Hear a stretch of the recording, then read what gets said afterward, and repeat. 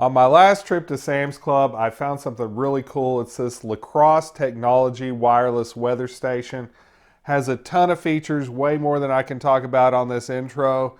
And it cost about the same as this Acurite with a whole lot less as far as features go.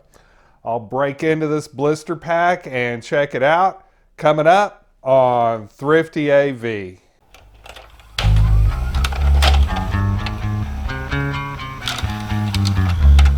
Sam's Club had a pallet of these Crosse Technology wireless weather stations last time I went there. Just reading the box, it has atomic clock plus date. Well, it's not really an atomic clock. It syncs up to an atomic clock using radio, but it automatically has the correct time and date. It does indoor and outdoor humidity and temperature. It does barometric pressure. Even has a little forecast on it. Has a history of the barometric pressure. This is a lot of features on this. They put all sorts of stuff on this package. Forecast icons, barometric pressure, backyard weather, home conditions, atomic clock plus date, new and improved moon phase icon. We got forecast icons and foliage scenes, history of barometric pressure, indoor comfort meter. This is important, over 330 feet wireless range. So you can have your indoor section 330 feet away from your outdoor sensor. And here is a lot more bragging on the back of the package. Outdoor temperature range, negative 40 Fahrenheit to 140 Fahrenheit or Celsius. Humidity 10% to 99%. It comes with a 1-year warranty. It looks like the blister pack is taped shut back here.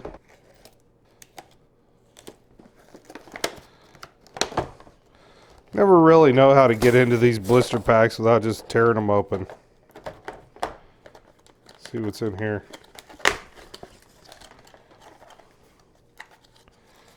All right, in here we have instructions. All right, if you don't want to use batteries, you can power this off of a wall wart. This is 5 volts with a barrel connection. This folds down so that you can just set it up. And this is what I'm going to put outside. Batteries go right there. Let's get some AA batteries and turn this thing on. Before y'all chew on me for having mismatched batteries, I'm going to put the 2 in this one and the 3 in that one, so at least they're matched within the devices. Oh, I got a little blinking light here. Oh, it's beeping at me. Oh, we have a sticker to peel.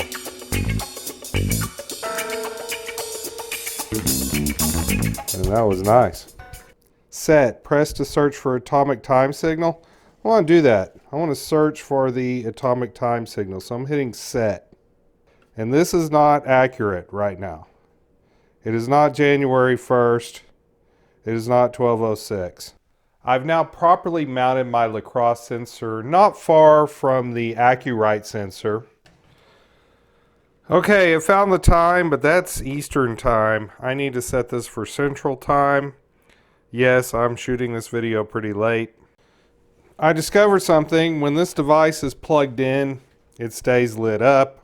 When it's on battery power, you're going to have to press the light button to see it, and it goes dark after 10 seconds. So I'm going to probably keep this thing plugged in. All right, let's go through the menu settings, which you access by hitting set. So I'm going to hold down set, and it says hello. English, Espanol, French, German. Let's go with English. Beep. Let's turn the beep on. That's kind of annoying, but let's turn it on. Beep is on. Atomic. That's where it sets the clock automatically. I'm going to leave that on. Okay, daylight savings time on. Eastern. I don't want Eastern. I want Central time. Central time. Format. I'll do a 12-hour clock. And I can actually set the clock even though it's on atomic clock. and that is the year, and that is the month, and that is the day. And I'm going to go with Fahrenheit, but I could do Celsius. I'm going to go with Fahrenheit. Pressure, that's inches of mercury, or I could do HPA. I'm going to do inches of mercury, and it thanked me for finishing the setup. I started this video on a Wednesday. It's now Friday evening, and I've waited a couple of days to show you this next feature. It is the history button. There is one piece of weather history that's immediately accessible, and that's the barometric pressure. It doesn't give exact values, but it does give this comparative graph. 24 hours ago, 18 hours ago, 12, 9, 6, 3, and 0 hours ago. And as you see, 6 hours ago, the pressure dropped considerably. So I'm going to hit the history button.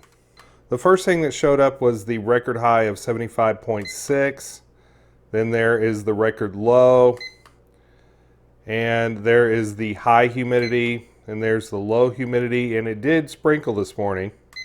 Here's the record indoor high temperature, and there is the record indoor low temperature, and there is the indoor high humidity, and there's the indoor low humidity. Next up is heat index. I believe that's current heat index. There's the current dew point. And that is all the accessible things through the history button. The next thing I want to talk about is this alerts button. Okay, the low alert is set to 25. The high alert is off, but I'll show you how to set a high alert, and that is to hit the plus button, which turns on the high alert, and then hit the plus button again, or the minus button, to pick how high you want the temperature to be before it alerts you. I'll start an alert at 100 degrees Fahrenheit. I'm going to hit alert again. All right, the low humidity alert I'm going to leave off. High humidity alert I'm going to leave off. This is low indoor temperature, I'm going to leave it off. High indoor temperature, I'm going to leave that off. Low indoor humidity, high indoor humidity. And that's all the alerts you can set. I have dimmed the lights and loosened the shot so you can get an idea of what happens when you hit the light button. There are 5 backlight settings. There's the brightest, slightly dimmer, dimmer, and extremely dim, and off. For this video, I'm going to leave it at 4 at the brightest setting. If I hold down the light button, I can turn auto dim off and on using the plus minus buttons. That will automatically adjust the brightness of this depending on how bright it is in the room.